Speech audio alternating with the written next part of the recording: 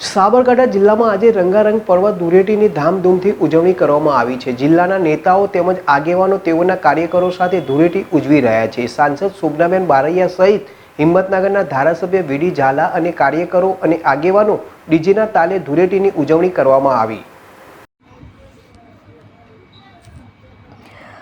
ધૂળેટી પર્વની સાબરકાંઠા જિલ્લા સહિત સમગ્ર ભારત વર્ષમાં ઉજવણી કરવામાં આવી રહી છે। ત્યારે સાબરકાંઠા જિલ્લાના મુખ્ય મથક હિંમતનગર ખાતે હિંમતનગરના આગેવાનો, સ્થાનિક સાંસદ શોભનાબેન બારૈયા, ધારાસભ્ય વીડી ઝાલા સહિત ભાજપના કાર્યકરો અને જિલ્લાના આગેવાનો મોટી સંખ્યામાં હાજર રહી ધૂળેટીની ઉજવણી કરી હતી। શોભનાબેને ચારે તરફ કેસરિયા વચ્ચે હર્ષોલ્લાસથી ઉજવણી હોળીની થઈ રહ્યાના માહોલ સાથે ખુશીઓની શુભકામનાઓ પાઠવતી ડીજેના તાલ સાથે નેતાઓ અને આગેવાનોએ હોળીનો આનંદ માણ્યો હતો।